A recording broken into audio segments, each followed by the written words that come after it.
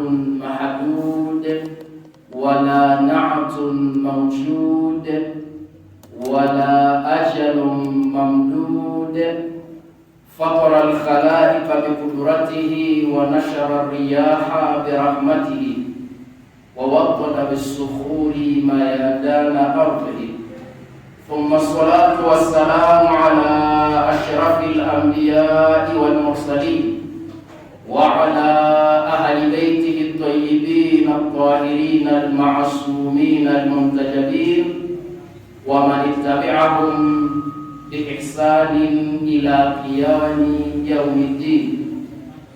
يقول المولى في القرآن الكريم بعد أعوذ بالله من الشيطان الرجيم بسم الله الرحمن الرحيم وأنفقوا مما رزقناكم من قبل أن يأتي أحدكم الموت فيقول رب لولا أخرتني إلى أجل قريب فأصدق وأكن من الصالحين.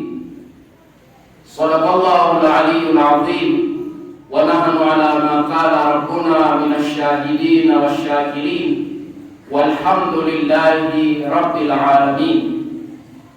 إخوة الأحباء، السلام عليكم ورحمة الله وبركاته.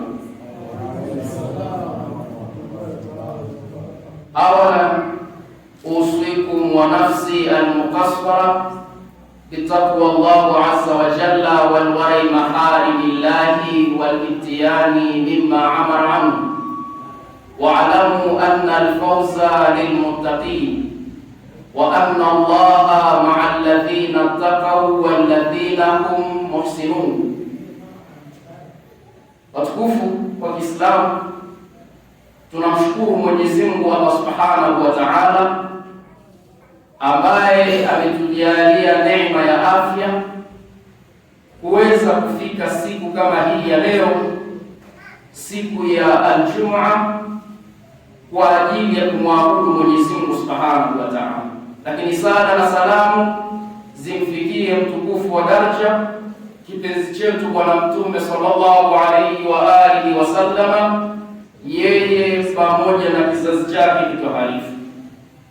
Baada ya kusema hayo, naihusia nafsi yangu pamoja na kuhusia nafsi zenu katika suala la kumcha Mwenyezi Mungu Subhanahu wa Ta'ala, na kwa hakika wamefaulu wamchao, bali Mwenyezi Mungu Subhanahu wa Ta'ala yuko pamoja na wale wenye kutenda wema. Leo katika Ijumaa hii nimependelea tukumbushane jambo muhimu, lakini wakati huo huo jambo hilo tumelifanya kwamba ni jambo la kawaida, pengine halitupi ama hatuoni umuhimu wake. Nalo ni jambo moja ambalo limeashiriwa pia katika aya ambayo nimeisoma, nalo ni suala la kutoa sadaka. Ifahamike kwamba katika vitu vya msingi sana mwanadamu ambavyo anatakiwa kuvitilia mkazo na muhimu, bali asivichukulia kwa kana kwamba ni vitu vya kawaida, ni jambo la kutoa sadaka. Na kwa bahati mbaya sana sisi, hususan wafuasi wa Ahlul Bait alayhimussalam, jambo hili hatulifanyi namna ambavyo inatakikana tulifanye, tofauti kabisa na wenzetu, namna ambavyo wanapolichukulia na namna ambavyo wanapolifanya. Kwetu sisi limekuwa ni jambo la ziada, si katika mambo ya muhimu ambayo tunayaweka katika kipaumbele ya kuyafanya. Ikumbukwe kwamba sadaka ndiyo ambayo inayoweza kuvuta riziki. Ikumbukwe kwamba sadaka unapoitoa ndiyo kitu ambacho kinachoweza kukukinga wewe na mabalaa. Inaweza ikakukinga wewe na mikosi, inaweza ikakukinga wewe na kila aina ya jambo baya. Sadaka ni kinga kwa mwanadamu, ni bidhaa muhimu sana mwanadamu ambayo anatakiwa kuwa bidhaa hii aitunze. Ni kitu cha thamani sana, na Mwenyezi Mungu Subhanahu wa Ta'ala katika ayati nyingi sana amejaribu kuashiria jambo hili na kusisitiza jambo hili. Sadaka ndiyo kitu pekee ambacho kinachoweza pia kumfanya mwanadamu nuru yake ikaonekana, kama ambavyo alivyosema, na tutaona katika maneno ya Imam Jaafar Sadiq alayhi salam, akiashiria kwamba sadaka ni kitu ambacho kinachoweza kumuinua na kumpa hadhi na heshima mwanadamu. Haya yameelezwa katika riwaya mbalimbali, na tutaona kiwa kama muda utatutosha, ingawaje leo tutazungumza kwa ufupi sana. Mwenyezi Mungu Subhanahu wa Ta'ala kwa haraka anasema katika aya iliyotanguliza, anasema wa anfiqu mimma razaqnakum min qabli an ya'tiya ahadukumul maut fayaqulu rabbi laula akhartani ila ajalin qarib fa asaddaq wa akun minas salihin, ya kwamba natoeni katika vile ambavyo Mwenyezi Mungu amekupeni, amekuruzukwini, vitoeni hivyo vitu ambavyo Mungu amewapeni kabla ya mauti hayajawafikia, kwa sababu ikifika ule wakati mauti yanakusogelea, yanakunyemelea, muda ule hautakumbuka kwamba kuna swali, muda ule hautakumbuka kwamba natakiwa nikafanye wema wowote kule duniani, kwa sababu katika sakaratul maut unachokikumbuka kwa wakati ule ni sadaka, kama haya ambayo ilivyosema kwamba ule wakati utakapofika mwanadamu anaachana na roho yake, anamwambia Mwenyezi Mungu Subhanahu wa Ta'ala, nicheleweshe kidogo, nipe muda, nipe muda. Kwa nini apewe muda?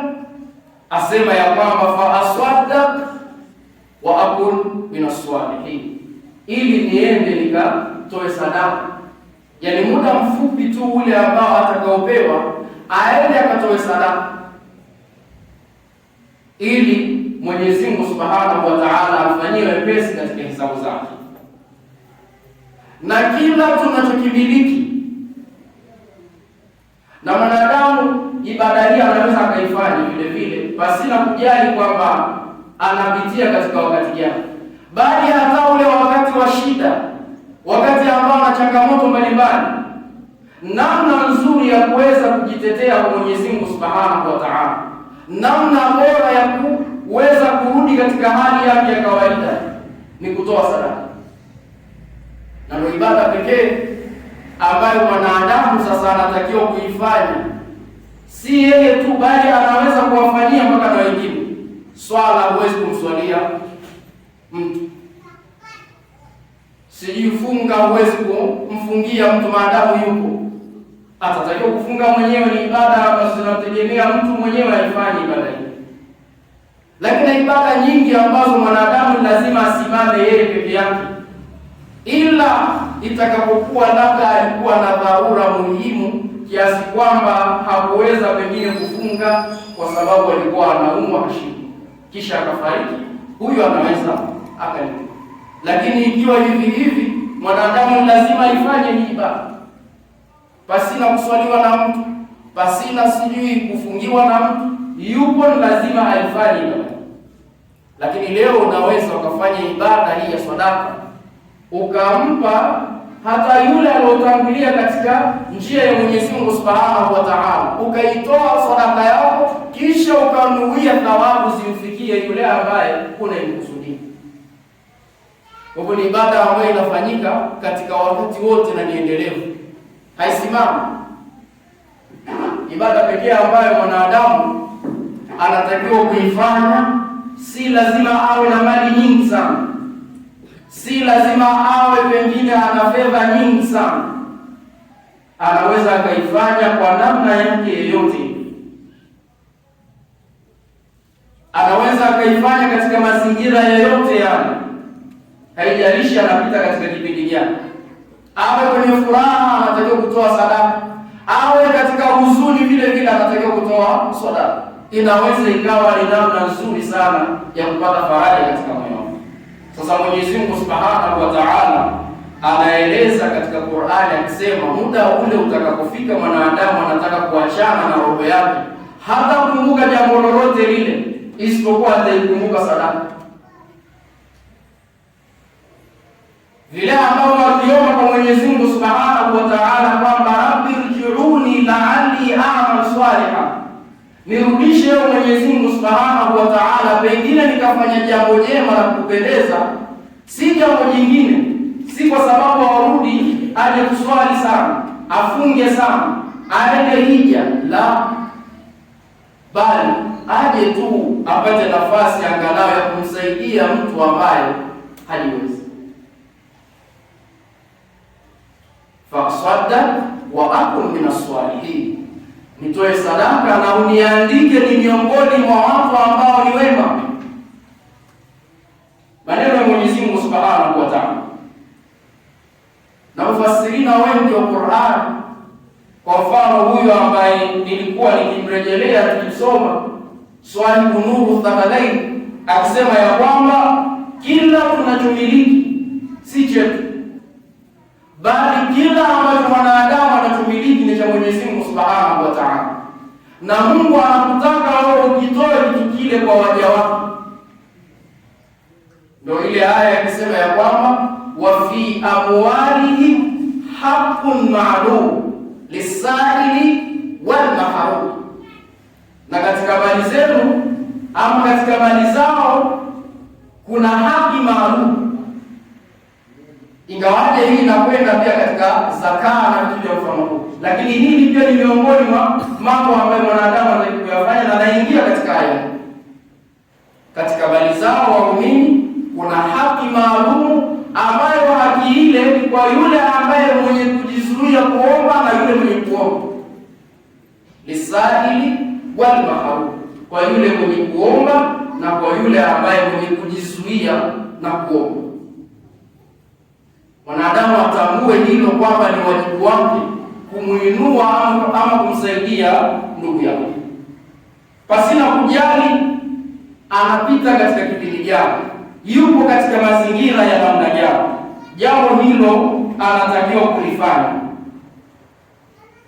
Nimepokelewa riwaya kutoka kwa Bwana Mtume sallallahu alaihi wa alihi wasallam akisema, ma minkum min ahadin illa sayukallimuhu Allahu azza wa jalla, hakuna miongoni mwenu isipokuwa itafika siku ambayo mwanadamu atazungumzishwa na Mwenyezi Mungu Subhanahu wa Ta'ala, laisa bainahuma turjuman, hakuna baina ya mwanadamu na Mola wake ambaye anayetarju, ambaye unaweza ukasema kwa lugha ya sasa mkalimani, yani mwanadamu atazungumza moja kwa moja na Mwenyezi Mungu Subhanahu wa Ta'ala. Hapana kuwa na ambaye alichukua maneno hapa kwa huyu akimpelekea Mwenyezi Mungu Subhanahu wa Ta'ala, akichukua kwa Mungu akimpelekea huyu mwanadamu. Mwanadamu yeye na Mwenyezi Mungu Subhanahu wa Ta'ala, pengine kinachowatenganisha ni hijabu ndogo sana, atazungumza na Mola wake.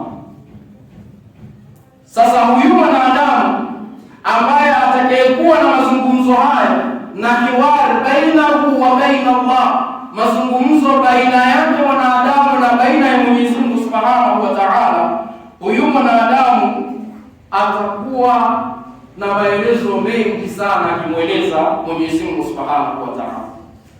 Lakini wakati huo huo riwaya hii ya Bwana Mtume sallallahu alaihi wa alihi wasallam inaendelea kusema, fayanzuru ila yaminihi, ataangalia mwanadamu upande wake wa kulia, fala yara illa dhambahu, hataona chochote isipokuwa dhambi zake ambazo alizozifanya katika mgongo huo ardhi.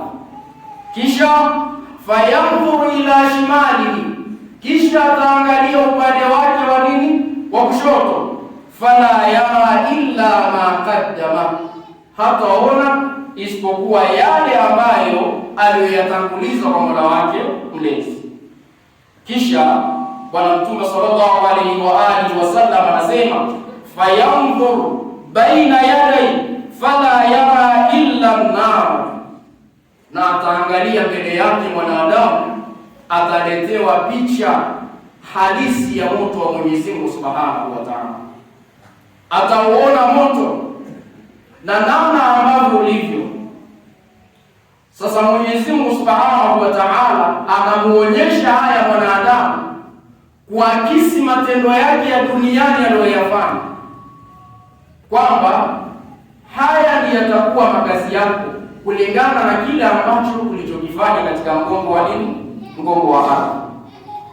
Sasa Bwana Mtume sallallahu alaihi wa alihi wasallam anamaliza riwaya hii akisema wattaqun nara, na uogopeni moto, walau bishikki tamra, uogopeni moto walau kwa kipande kidogo sana cha nini, cha tende. Kisha akasema ya kwamba wa man lam yajid, na yeyote ambaye hatapata hata hicho kipande kidogo cha nini, cha tende, fa bikalimatin tayyiba, basi auogope moto kutokana na nini, kutokana na maneno mazuri. Suala la kuogopa moto wa Mwenyezi Mungu Subhanahu wa Ta'ala ni jambo ambalo mwanadamu anatakiwa kujiepusha nalo sana, kwa sababu si moto wa kawaida, si adhabu ya kawaida. Na ndiyo maana ukisoma Qur'ani kwa mfano katika suratul Mulk utaona kwamba Mwenyezi Mungu Subhanahu wa Ta'ala wale walinzi, wale ambao tunawaita pengine ni wafanyakazi wa kutunza ule moto wa Mwenyezi Mungu Subhanahu wa Ta'ala, moto na watunzaji wake. Yaani kuna ambao wenye kutunza moto wa Mwenyezi Mungu Subhanahu wa Ta'ala, ambao ni malaika wa Mwenyezi Mungu Subhanahu wa Ta'ala. Lakini wapo pia ambao wenye kuitunza pepo ya Mwenyezi Mungu Subhanahu wa Ta'ala. Zinatunzwa kama ambavyo sisi huku duniani unaweza ukaitunza nyumba yako, tunatunza mali zetu, tunalinda vitu hivi, na moto pia una watunzaji wake.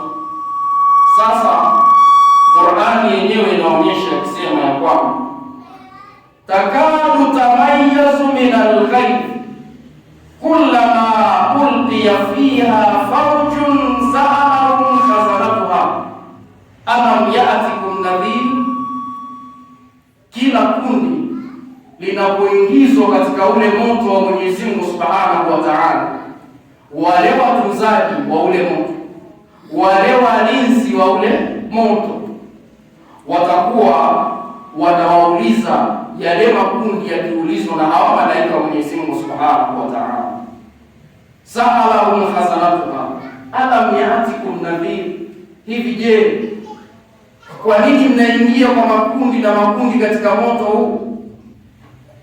Nini kilichowasababisha nyinyi mkaingia katika huo moto? Wao malaika pengine wanaweza kusema, wanashangaa, wanatahamaki, ilikuwaje? Alam yatikum nadhir, je, hajafikieni ama hajakuijilieni mtume muonyaji? Ilikuwaje mnaingia katika huu moto ambao unaumiza? Wanashangaa. Qalu bala, watasema ndiyo, wametufikia mitume, ametufikia muonyaji. Qad jaana nadhirun, ametufikia muonyaji. Fakadhabna wa qulna ma nazzala Allahu min shay in antum illa fi dhalalin kabir. Wale watu, yale makundi wameingia katika ule moto, wao wenyewe watakiri kwamba alitufikia mtume, lakini nini? Bali tulimkadhibisha, tulimuona anachokisema hakina maana. Pengine wakamkejeli huyo mtume anawafikia, kwamba pengine tusidanganyane, haya hayapo kwa Mwenyezi Mungu Subhanahu wa Ta'ala. Pale walipoambiwa kuna moto na kuna pepo, wao hawakuamini jambo hili. Fakadhabna wa kunna ma nazzala Allahu min shay. Mungu hajawahi kuteremsha hivi vitu. Mungu hajawahi kutengeneza hivi vitu kwamba kuna moto na kuna pepo. In antum illa fi dhalalin kabir. Tena tazama maneno yao hao watu wanaoingia katika ule moto wa Mwenyezi Mungu Subhanahu wa Ta'ala, wao wakiwaambia mitume wa Mwenyezi Mungu Subhanahu wa Ta'ala, in antum illa fi dhalalin kabir. Nyinyi mitume wa Mwenyezi Mungu Subhanahu wa Ta'ala, ama wewe bwana Mtume sallallahu alaihi wa alihi wasallama, uko katika upotevu mkubwa. Yani wao wameona mtume ndio ambaye yuko katika falani, na wao wako katika mwangaza, wako katika nuru. Moto huu ambao Mwenyezi Mungu Subhanahu wa Ta'ala anauelezea namna ambavyo ulivyo, utaona kwa mfano katika aya kabla ya hii ambayo nimeisoma. Mungu anasema idha ulqu fiha sami'u la shahitan wa hiya tafur. Moto ambao mungurumo wake pia ni tofauti na mungurumo yote ambayo umewahi kusikia. Leo tukipiga radi tu, zile radi ambazo tunazozijua, kila mtu anaweza kalala chini kwa kuiogopa ile radi. Lakini huu moto mungurumo wake ni zaidi ya ile radi tunayoisikia katika masikio yetu ya huku dunia. Na ndio jana pia wakati tunazungumza tukasema ni moto ambao la ainun ra'ati wala udhunun sami'at. Si jicho limewahi kupata kuona, wala si sikio limepata kusikia, wala hata moyo tu kufikiria. Kwa hivyo ile hali pengine unaisikia hapa duniani ni mfano tu wa kile ambacho utakachokutana nacho katika ile siku ya Kiyama. Sasa Bwana Mtume sallallahu alaihi wa alihi wasallam anatuambia ittaqun nar walau bishirqi tamra. Uogopeni moto walau kwa ile tende moja, kisha ukaigawa vipande viwili. Na katika riwaya nyingine Bwana Mtume sallallahu alaihi wa alihi wasallam akisema walau bishurbatan min alma. Uogopeni moto angalau hata kwa fundo moja tu la maji, ukamnywesha mwenzako. Katika mambo muhimu sana mwanadamu anatakiwa kuyafanya. Siku ya Kiyama ile itakapofika, mwanadamu hataulizwa tu kuhusiana na swala zake. Ndio zile aya zikisema ya kwamba masalakakum fi saqar, kitu gani kimewaingiza nyinyi katika moto? Qalu lam nakun minal musallin, hatukuwa ni katika watu wenye kuswali. Wala nakun nut'imul miskin, tulikuwa pia hatuwalishi maskini. Hatutoi katika yale ambayo Mungu ametuneemesha, Mungu ametupa. Tulihisi yale tuliyopewa ndio ya kwetu, zile mali, fedha na mambo mengi mazuri ambayo mwanadamu ameyapewa akahisi kwamba ni za kwake. Wala mnaku nut'imul miskin, tulikuwa sisi hatuwalishi maskini. Ittaqun nara walau bishiqqi tamra. Bwana Mtume sallallahu alaihi wa alihi wasallam maswahaba wakamuuliza, ikiwa hatutapata hata hicho kipande cha tende tufanye nini? Akawaambia walau bishurbatan min alma, kama sivyo mmeshindwa pia hata maji, basi walau bikalimatin tayyiba, angalau muogope moto. Kwa nini? Kwa maneno mazuri. Kalimatun tayyiba sadaqa. Bwana Mtume sallallahu alaihi wa alihi wasallam, Allahumma salli ala Muhammad wa ali Muhammad. Maneno mazuri ni sadaqa. Muda tu haututoshi kuelezea jambo hili kwa mapana yake, lakini nataka kumaliza mazungumzo yangu. Mwenyezi Mungu Subhanahu wa Ta'ala ukirejelea katika Qur'an anatuambia ya kwamba kila alichokupa, chochote ambacho ulichokuwepo nacho, kifanyie hima kuitafuta akhira yako. Wabtaghi fima ataka Allahu ad-dara akhira. Mungu amekupa mali, mali hiyo itumie katika kutafuta nini? Akhera. Mungu amekupa hata mavazi. Wakati mwingine kuna watu hawana mpaka mavazi. Tumia yale mavazi yako kuitafuta akhera. Mungu amekupa heshima na hadhi kubwa. Unaweza kwa kupitia hadhi yako, kwa kupitia heshima yako, ukamshika mkono huyu ukamuunganisha na fulani, akaweza kuinuka kutoka sehemu moja kwenda sehemu nyingine ya pili. Ulikuwa unaweza kuitumia heshima yako. Wabtaghi fima ataka Allahu dara al-akhirah, itafuteni akhera kwa chochote kile ambacho Mungu amekupa. Mtu asiseme mimi sina cha kutoa katika maisha haya ya dunia. Unacho. Hakuna mtu ambaye hawezi kuifanya hii ibada. Uzuri uliokuwepo nao vile vile utumie katika kuitafuta akhera, wala isiwe ni sababu ya kuweza kufanya mambo ya haramu ambaye hayampendezi Mwenyezi Mungu Subhanahu wa Ta'ala. Mungu amekupa mali, Mungu amekupa fedha, Mungu amekupa heshima, cheo amekupa, pengine ulikuwa unaweza kufanya namna yoyote ile ukaweza kumtoa mtu sehemu moja ama hatua moja kumpeleka katika hatua nyingine ya pili, na mengi sana. Wabtaghi fima ataka Allahu dara al-akhirah, na itafuteni akhera kwa chochote kile ambacho Mwenyezi Mungu Subhanahu wa Ta'ala amekupenda. Bismillahir Rahmanir Rahim. Wal 'asr innal insana lafi khusr illa alladhina amanu wa 'amilus salihat wa tawasaw bil haqq wa tawasaw bis sabr. Allahumma salli ala Muhammad wa ali Muhammad. Allah